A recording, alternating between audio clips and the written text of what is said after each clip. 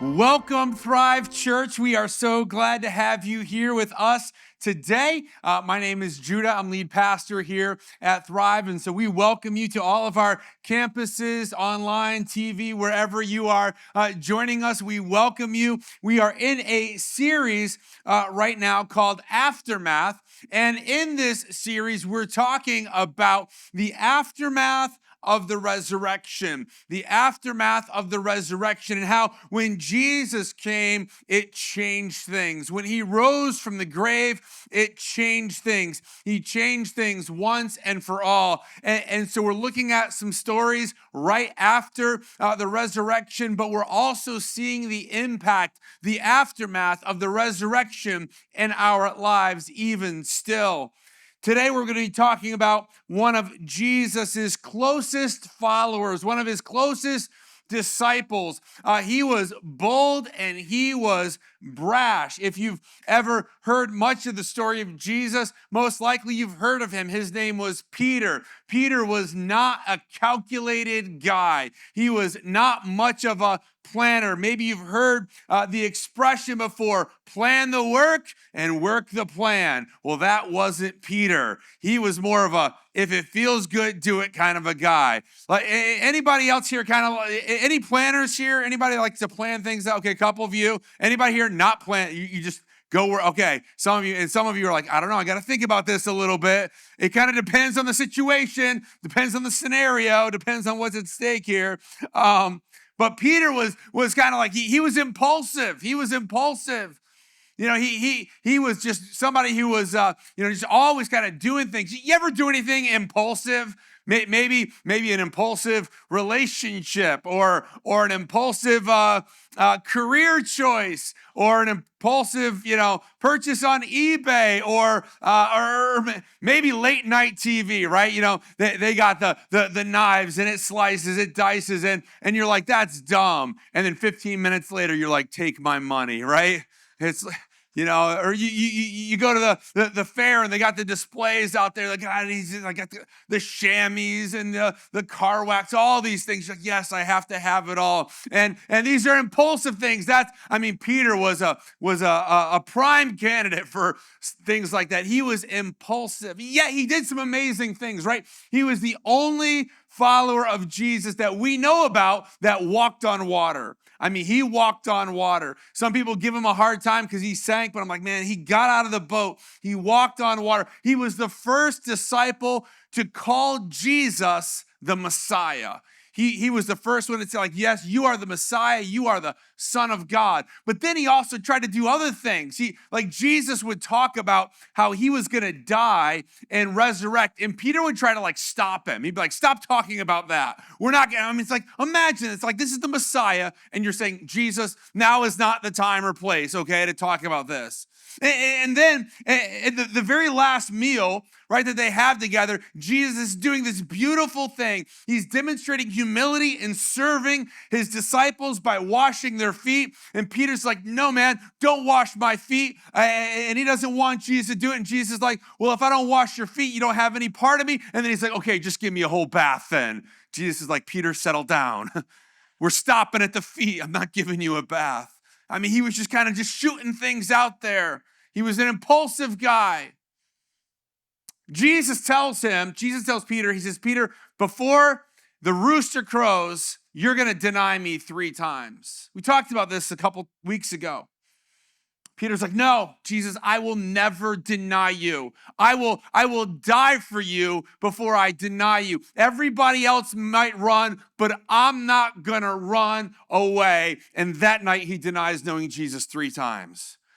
He's just caught up in the scene. He's caught up in the pressure. But before we give him too hard of a time, likely we would have done the same thing. Because we're out there trying to save our neck too sometimes. But imagine denying somebody that you care about, somebody that you know, that you love. Imagine them denying you, or imagine you denying even knowing them. This happened a couple of years ago in my family. we were down in Florida. We were going to Universal, the theme park.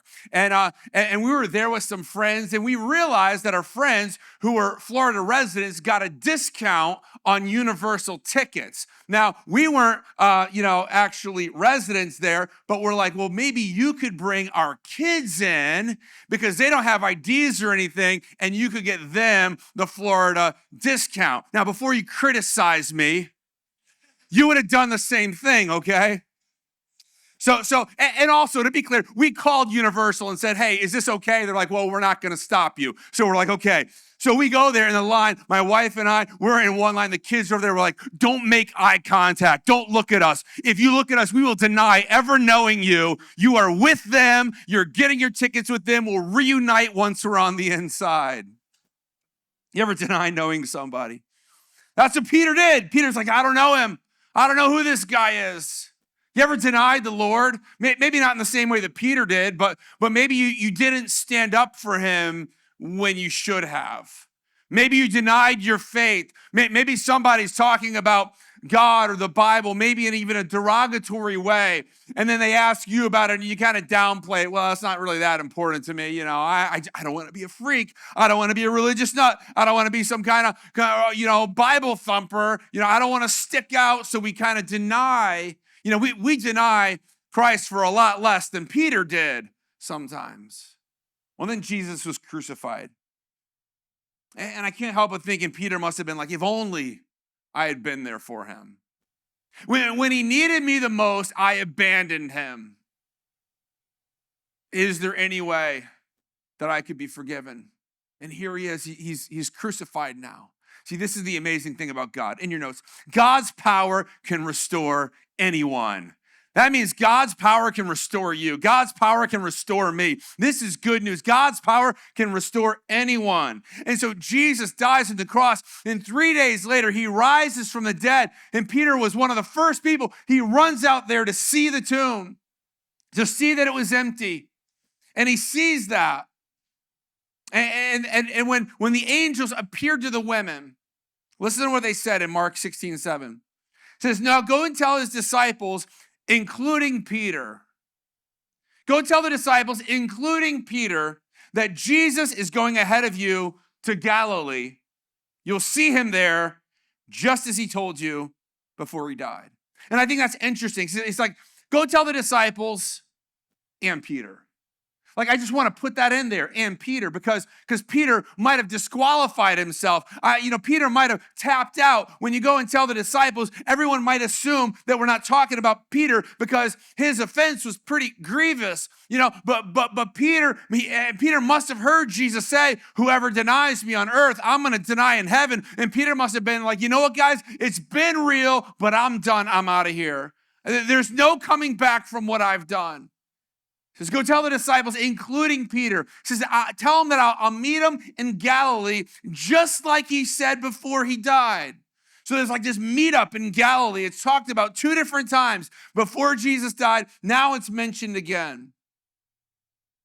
Peter must be thinking, what I did was too bad. I just can't come back from this. I just went too far. Some of you guys ran away. I didn't just run away. I denied even knowing him.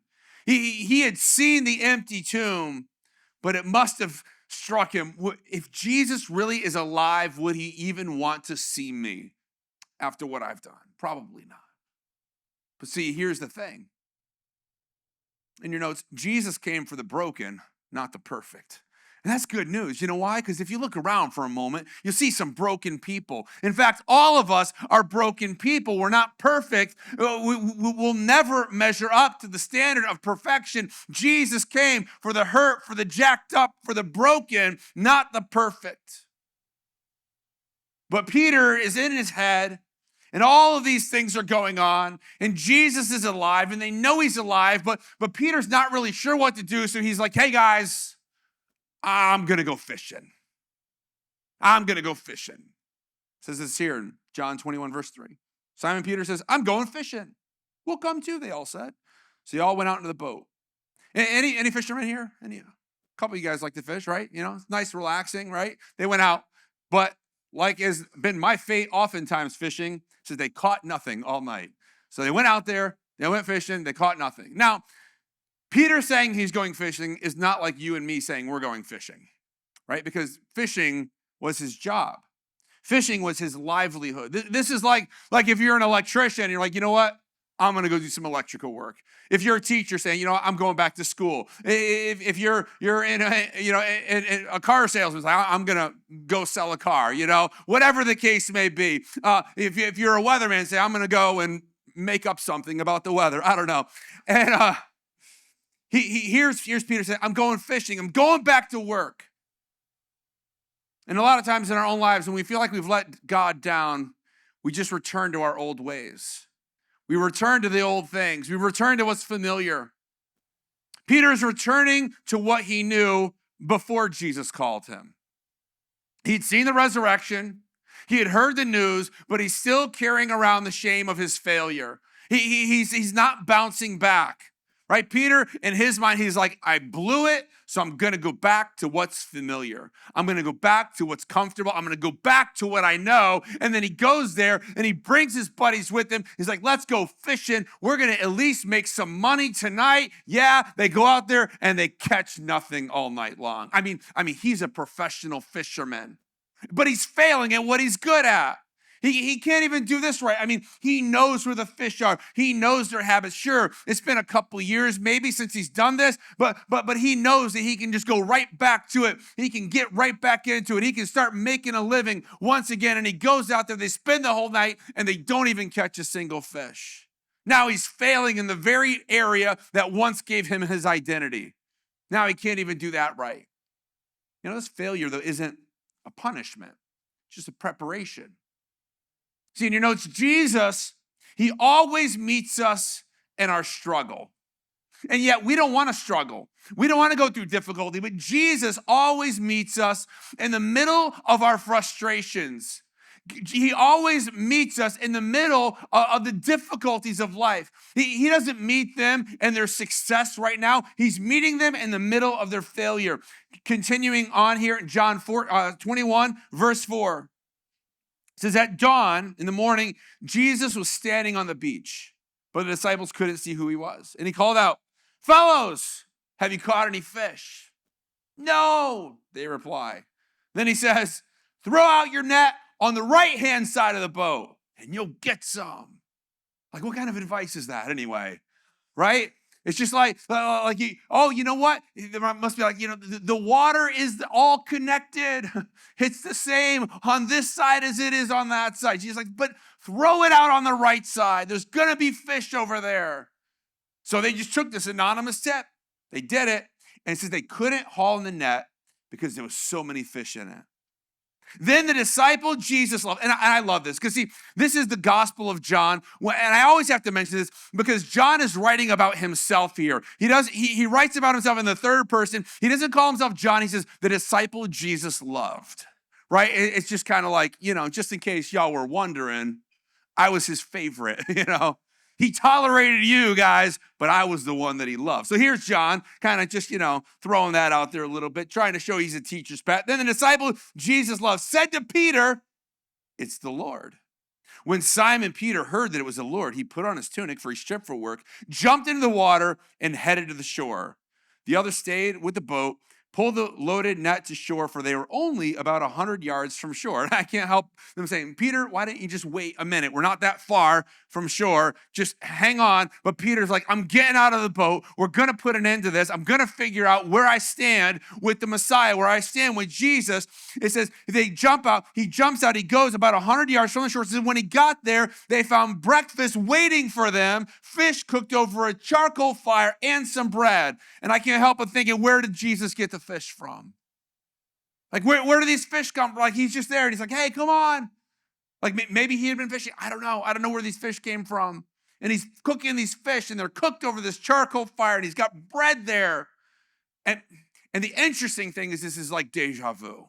You ever get deja vu? It's like that feeling that you've done something before, that you've been somewhere before, that you've experienced something before. It's kind of this odd feeling.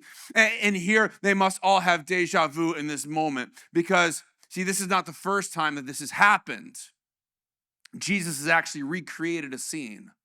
The scene was mentioned in Luke 5. And in Luke 5, before Jesus' ministry even begins, before Jesus has called any of his disciples, he's out there and he's preaching. And there's some fishermen out there and they're listening to him. And Jesus says, hey, the crowd is dispersed. Let's hop in the boat. Let's go out fishing. And the fishermen are like, we've been out there all night fishing. They're not going to bite in the daytime. So it's a waste of time. Jesus is like, no, let's go out and throw your nets out. And they go out and they throw their nets out and they catch so many fish. It starts to break the nets. The boats start to sink. And then they all get to shore. They're like, who is this guy? And Jesus says, hey guys, follow me. And that's when Peter and John and James and Andrew all were called to follow Jesus. Was in that moment. And now we see that he's recreated this moment again. He says, hey guys, throw your nets out. So that's why when they catch the fish, they immediately know, oh, deja vu, we've been here before. We've done this before. Now here they are, post-resurrection, after the resurrection, and there's another miraculous catching of fish, and there's some similar things about it, but there's some different things as well, because the first time the nets broke, and this time the nets didn't break. The first time, we don't know how many fish they got. This time it says there was 153 large fish. And also this time Jesus is making breakfast for them. And they all get up there.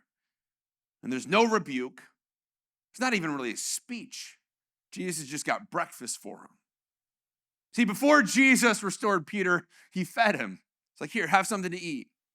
And Jesus doesn't just restore you, but he reminds you of something. In your notes, that your worth is not based on your performance. You ever feel like that? Yeah, maybe you grew up that way, thinking that your worth to your parents was based on your performance. This is how the whole economy is based, that your job, you feel like your worth is based on your performance. And that may be how you make your income, but in the kingdom of God, your worth is not based on your performance. Your worth is not based on what you do and what you've accomplished, but it's based on Jesus Christ. And maybe sometimes in life you feel like you're Peter. You feel like you've been out on the water and you're trying to keep busy, but you're not catching anything. And you're failing at what you're trying to do. And you've seen the stories. You've heard about the miracles. You heard about the resurrection, but you're still feeling haunted by failure and haunted by regret. And you feel this distance from God. Well, Jesus is calling to you. You don't need to prove yourself. You don't need to fix yourself. You don't need to earn it. You can't earn it even if you wanted to. So he says, come on, let's have breakfast. He's cooking it over this charcoal fire there. Interestingly, you mentioned it was a charcoal fire. Charcoal fire is only mentioned 2 times in the Bible. Only 2 times. This is one of them. The other time it's mentioned is in John 18:18. It says, because it was cold, the household servants and the guards had made a charcoal fire. They stood around it warming themselves, and Peter stood with them warming himself. I don't know if you notice where this is coming from. This is right before Peter denied Jesus 3 times. He was standing at the charcoal fire, and he's there, and he gets ready, and he denies Jesus 3 times at this charcoal fire. Is it a coincidence? I don't think it is, because, sometimes a smell takes you back somewhere. Sometimes you smell something, and it triggers something. You smell the beach, you smell the spring air, you smell the grass after the rain, you smell something baking in the oven, you smell someone's perfume, you smell something, and it takes you somewhere, and he smells that charcoal fire. And I can't help him thinking like, oh, that brings me back to where I was at that moment when Jesus, did you do that on purpose? That charcoal fire. Jesus is bringing Peter back to the place of failure. Why? Because he wanted to point his failure out? No, because he wanted to redeem him. He wanted to bring him back. He wanted to restore him. See, this smell of shame becomes this setting of God giving grace. See, Peter saw the empty tomb, but he still needed to be reminded. He still needed to be reminded that your calling is not canceled because of your failure. See, in your notes, your failure is not final. Maybe you failed. Maybe you've made some mistakes. Maybe you've done some things that you wish you never did. Maybe you think there's no way God can use me because of what I've done and how I've done. Well, if God can use Peter, who betrayed him, who denied him only a few days earlier, then God can certainly use you. See, your calling isn't canceled because you messed up. Maybe you feel like it has, and you started returning to your old routines, the old things that you've done, your old habits, your old hang-ups, your old addictions, and maybe you're feeling spiritually tired in your life, but the same Jesus who called you in the beginning is now calling you from the shore. He's calling you now. He said, come and follow me. Come over here. I want to be with you. I want to recreate this scenario and give you another chance at this. So after breakfast, John 21:15. After breakfast, Jesus asked Simon Peter. So he singles him out. Simon, son of John, do you love me more than these? More than these what? I mean, I don't know specifically, but my guess is all these fish that he just brought up. 153 of them. Brought all these fish up. This is his livelihood. This was his money. This is his way of making income. Jesus is like, hey, Simon, do you love me more than these? Do you love me more than? Yes, Lord, Peter replied. You know I love you. Then feed my lambs. Jesus repeated the question. Simon, son of John, do you love me? Yes, Lord, Peter said. You know I love you. And take care of my sheep, Jesus said. A third time he asked him, Simon, son of John, do you love me? Peter was hurt that Jesus asked the question a third time. He said, Lord, you know everything. You know that I love you. Jesus says, then feed my sheep. Jesus said, Peter, do you love me? Now, it's interesting because if you look in the original language, it says here, these words love are different. Jesus is using this overarching godly love, saying, do you love me unconditionally? Do you love me? And then Peter is using a different word for love, phileo, which is like, I love you like a friend. And Jesus, it's kind of like if Jesus is saying, hey, Peter, do you really love me unconditionally? And Peter's like, yeah, I like you. It's like Jesus just got friend zoned by Peter, right? It's like, yeah, I like you. Jesus says it again. He says, Peter, do you love me? Peter's like, yeah, I like you. He's like, well, then feed my sheep. Take care of my sheep. And then Jesus kind of downgrades it a little bit, meets him where he says, Peter, do you like me? He kind of uses the same word Peter's using there. He says, you know that I love you. And it says Peter's hurt. Like Peter, like, why are you hurt here? Like, why are you hurt? Because he's asking you this. See, Peter was struggling here. He's like I love you, but I don't really know how you can love me, and I'm not really sure where this is going. But it ends with Jesus telling Peter, after he goes through all that, he says, feed my sheep. And then he says, Peter, come follow me. Come follow me. And this brings us all the way back. This brings us all the way back to the first time that he's at the beach.